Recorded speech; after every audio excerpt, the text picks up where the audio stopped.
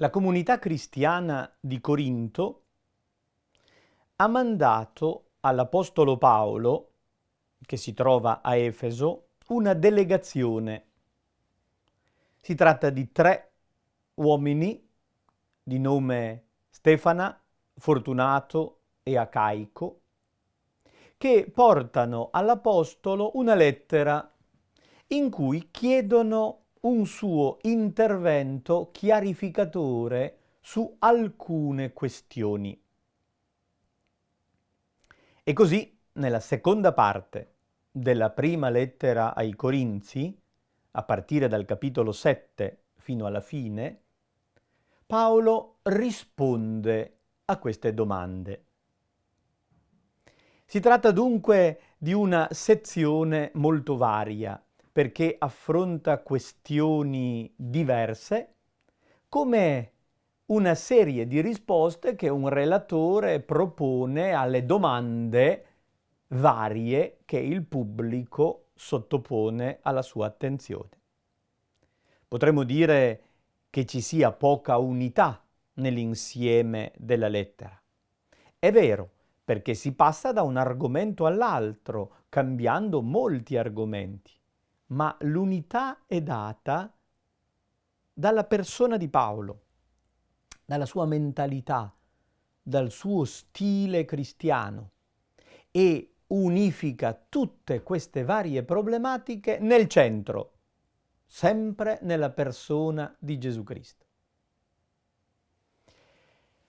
Al capitolo 7 troviamo la prima questione che riguarda il matrimonio. Così comincia l'Apostolo. Quanto poi alle cose di cui mi avete scritto, e allora è da qui che deduciamo che i Corinzi gli hanno scritto. Paolo passa adesso a queste risposte. La prima questione riguarda il matrimonio. Abbiamo già detto che una problematica di fondo nella comunità di Corinto era l'ognosticismo.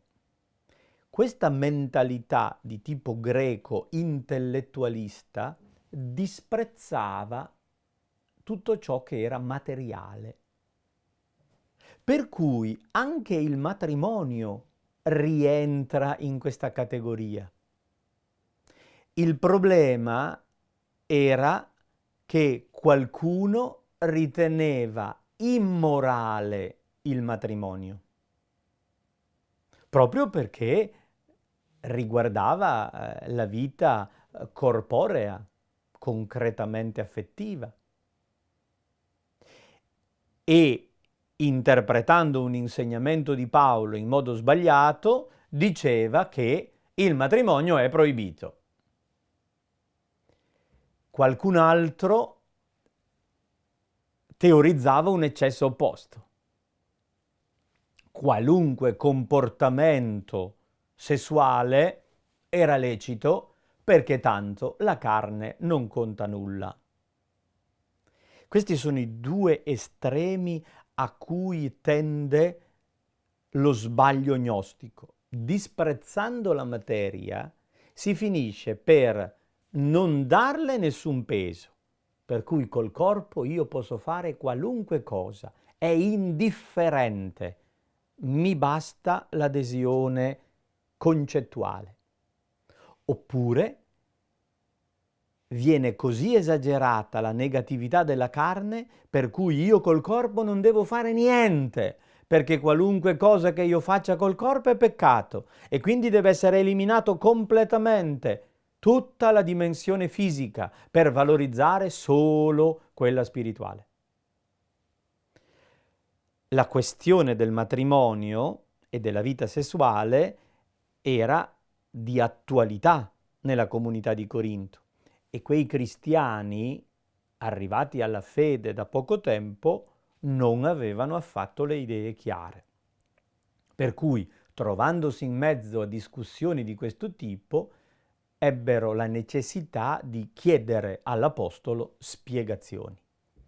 Paolo quindi non fa una trattazione sul matrimonio, ma offre semplicemente delle esemplificazioni per sottolineare come la scelta di una vita di castità sia una scelta buona, dal suo punto di vista preferibile, ma ribadisce con tutte le forze che la scelta matrimoniale non è affatto scorretta né tantomeno peccaminosa.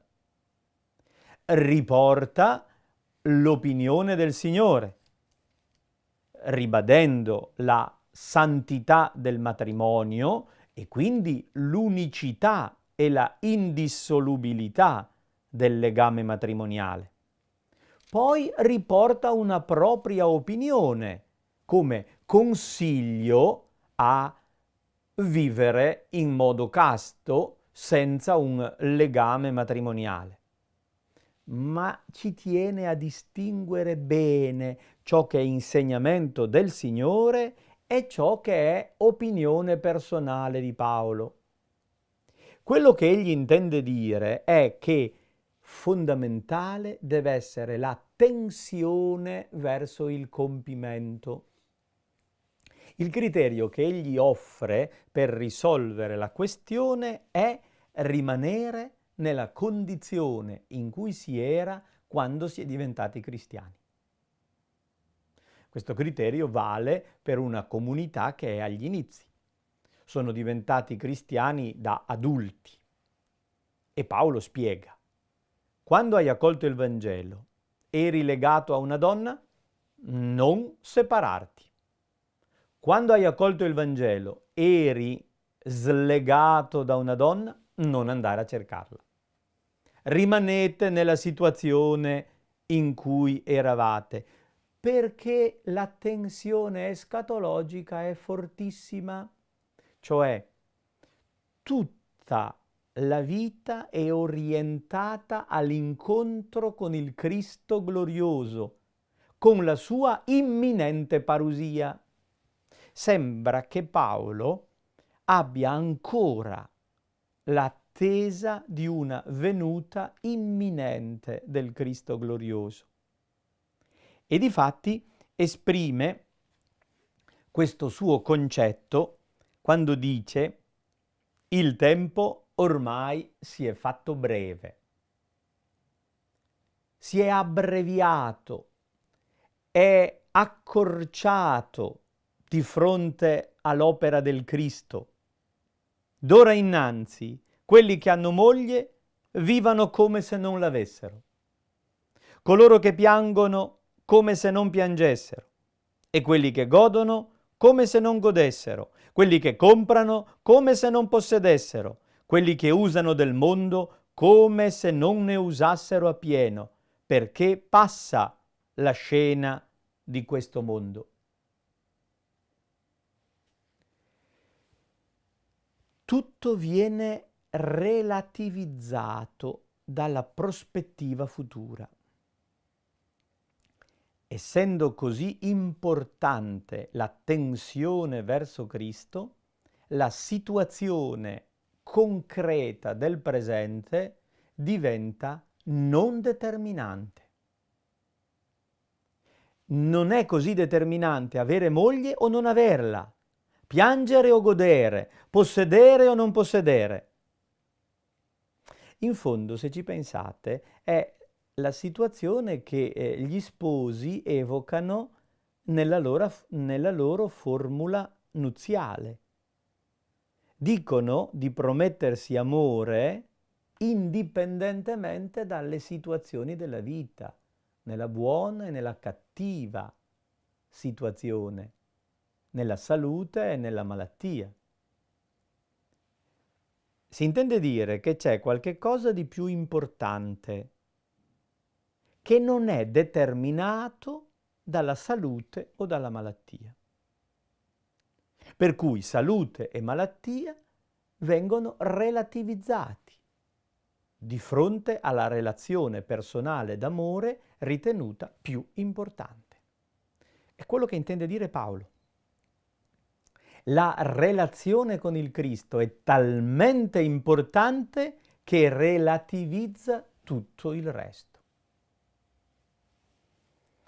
La seconda questione che affronta occupa i capitoli 8, 9 e 10.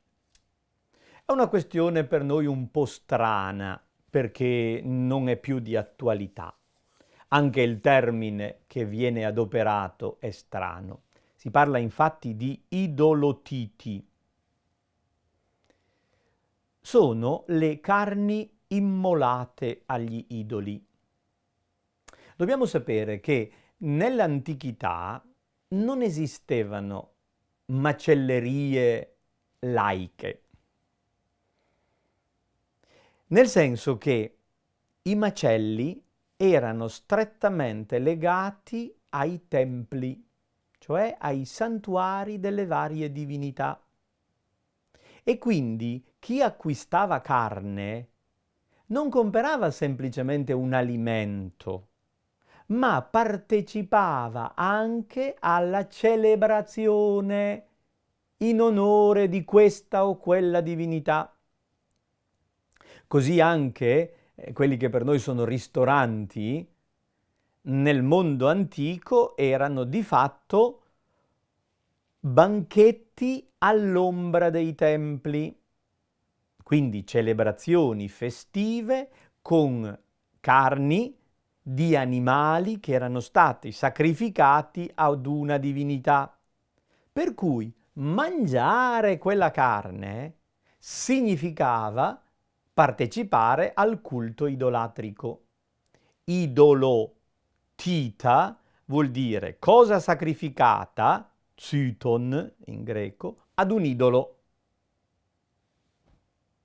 Per questo gli ebrei si erano procurati delle macellerie indipendenti e dove c'erano comunità ebraiche consistenti si organizzavano in modo tale da avere una produzione di carne indipendente dai macelli pubblici, per non essere contaminati da quella carne immolata agli idoli, per essere sicuri che la carne fosse macellata nel modo conforme alle regole.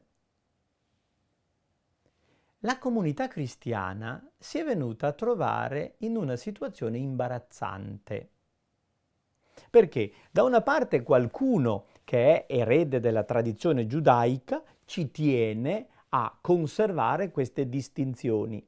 Non possiamo nutrirci di quelle carni perché significa partecipare al culto degli idoli. Anche delle persone semplici del mondo greco, convertite all'unico Dio, ritengono di dover abbandonare quelle pratiche che prima facevano come segno di cambiamento della loro fede. Invece ci sono alcuni forti, cioè capaci di ragionare, e hanno ragione, i quali dicono: ma è indifferente, Paolo l'aveva spiegato, non c'è differenza di cibo, va tutto bene, qualunque tipo di carne. Ecco dove sta la questione. Il problema è di coscienza. E difatti questi capitoli sono molto importanti per chiarire la questione della coscienza. La regola di per sé non ha un gran valore. La teoria dice che effettivamente i cibi sono indifferenti, uno vale l'altro. Però il problema, dice Paolo, non è semplicemente alimentare, è di relazione con delle persone che possono avere la coscienza debole. Un cristiano forte di Corinto può tranquillamente permettersi di andare a mangiare nel recinto del santuario di Apollo, perché è indifferente a quella tradizione religiosa, sa che la carne è carne, che l'abbiano sacrificata ad Apollo non gli interessa. Secondo lui non è assolutamente un guaio, un male. Però è possibile invece che un cristiano debole di Corinto, vedendo quell'altro che mangia nel santuario di Apollo, resti scandalizzato. Lo ritenga un peccatore. Oppure, ancora peggio, deduca che se quel cristiano maturo, competente, mangia la carne immolata ad Apollo, vuol dire che il culto di Apollo è valido anche per i cristiani. E quindi quella persona debole resta scandalizzata, trova un ostacolo, un inciampo, la sua fede semplice viene danneggiata. L'insegnamento che Paolo offre è quello del rispetto della coscienza debole e chiede ai forti di Corinto di autolimitarsi, di non essere presuntuosi e prepotenti, dicendo se non capiscono peggio per loro, ma siano capaci di accogliere la difficoltà e la debolezza degli altri, andando incontro alle loro esigenze. Così nel capitolo 8 Paolo ha impostato la questione, ma nel capitolo 9 apre una lunga parentesi splendida in cui parla di sé. Sembra che cambi argomento, ma in realtà approfondisce la questione. Presenta il proprio stile di vita, dicendo che pur essendo libero da tutti, si è fatto liberamente servo di tutti. Avrebbe avuto il diritto di fare quel che voleva e invece si è messo al servizio delle persone. Fa un esempio molto concreto. Avrebbe diritto di essere mantenuto, però ha pensato che questo suo diritto potesse danneggiare la fede dei semplici, pensando che Paolo lo facesse per mestiere, ne avesse un guadagno.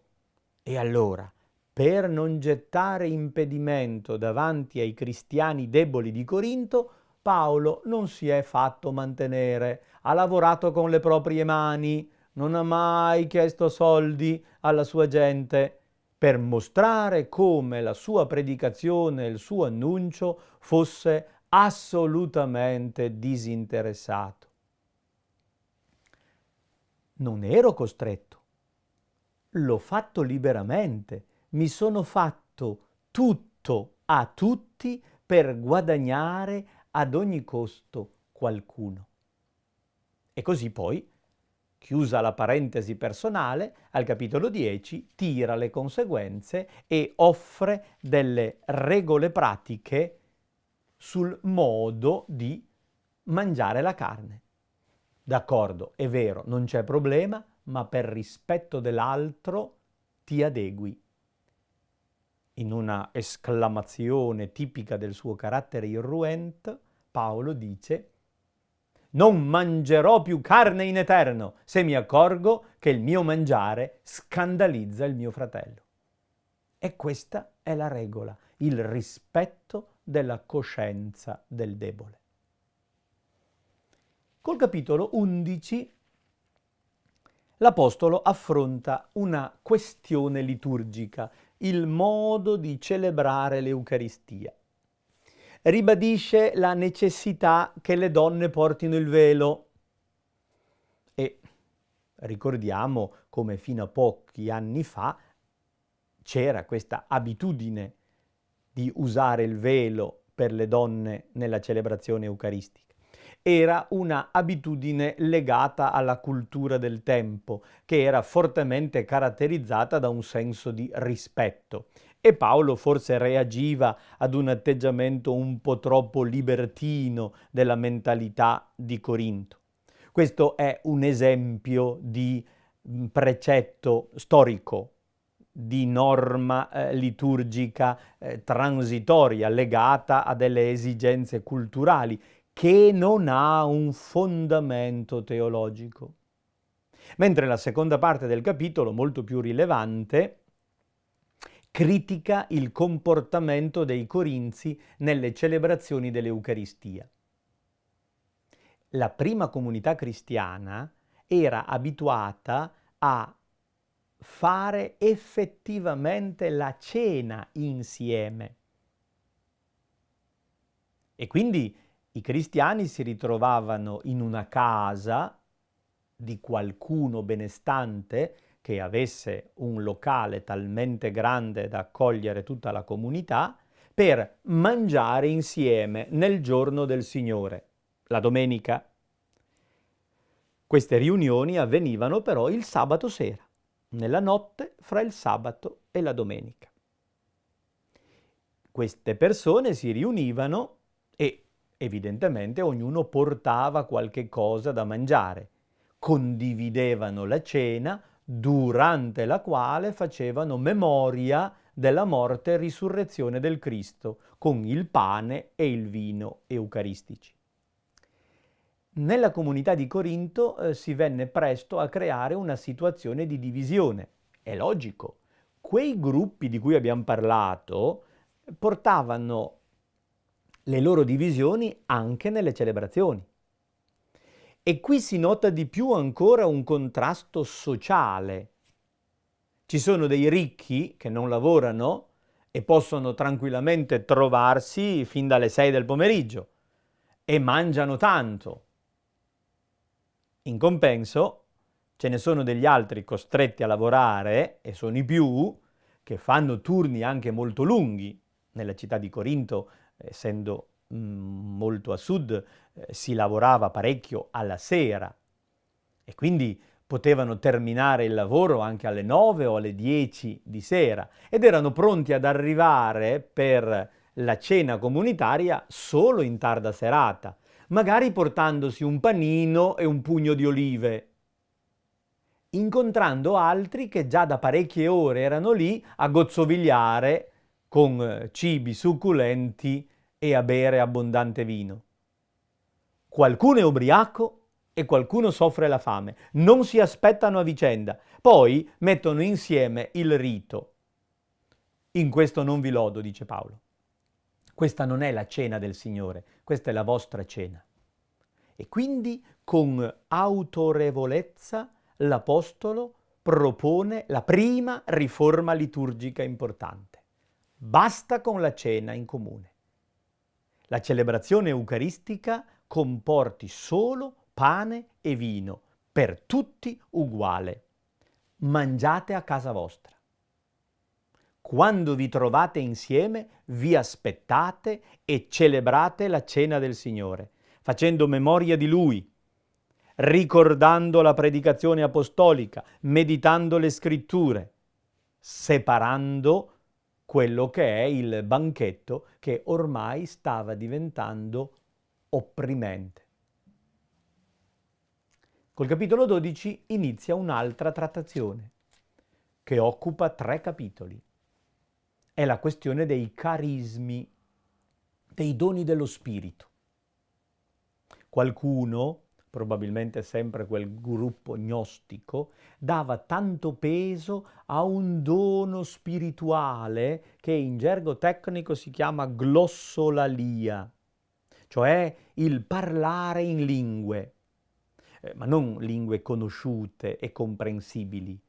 Si tratta di emissione di suoni senza significato logico e dar voce allo spirito, ad una gioia interiore, quando uno canterella fra sé con un trallallero trallallà, senza dire niente, ma esprimendo uno stato d'animo. Che sia possibile è bello questo, Paolo lo ammette, che sia fondamentale nella esperienza della vita cristiana, no. E soprattutto che sia necessario questo elemento come manifestazione dello Spirito. Paolo sostiene piuttosto l'importanza della profezia, cioè di un parlare logico, intelligente, comprensibile, capace di comunicare un messaggio. È la logica della formazione, della partecipazione con tutto il corpo, quindi anche con l'intelligenza materiale, concreta. In mezzo, al capitolo 13, Paolo fa l'elogio della carità, è lo splendido inno all'agape. Il criterio è l'agape, questo amore generoso e oblativo di Cristo. È questo il modo per costruire una comunità. E notate che in questo elenco splendido non si parla di opere concrete, ma di atteggiamenti spirituali e psicologici.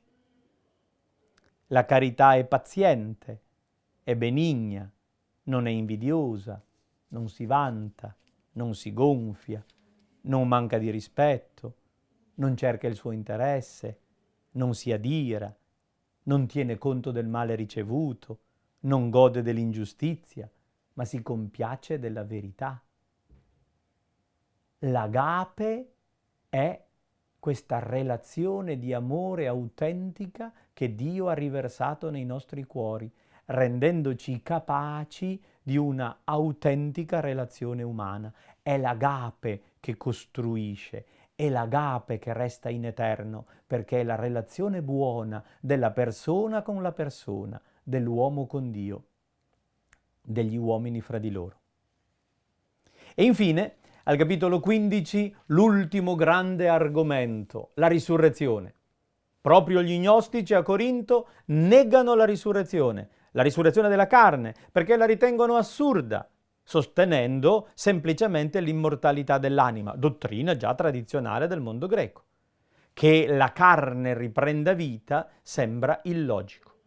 Paolo sottolinea invece come la risurrezione di Cristo sia legata al suo corpo e di conseguenza quelli di Cristo risorgono come il Cristo. Afferma il fatto e poi affronta la modalità, ma in questo caso alla domanda come risorgeremo risponde non lo sappiamo. Un chicco di grano seminato produce una spiga. Chi l'avrebbe detto vedendo solo il seme? Se io ho un seme di una pianta che non conosco, posso dire che pianta ne verrà? No. Però verrà proprio quella pianta. Il nostro corpo mortale, seminato nella morte, produrrà un corpo spirituale che non conosciamo ancora, ma che è iscritto già nel seme che è il nostro corpo. Paolo ribadisce con forza la verità, ma taglia la possibilità di speculare sui modi. Questo non lo sappiamo, lo vedremo. Ci fidiamo di colui che ci ha promesso. E così chiude questa splendida lettera in cui con forza e decisione Paolo ha risposto a domande importantissime che i corinzi gli avevano posto.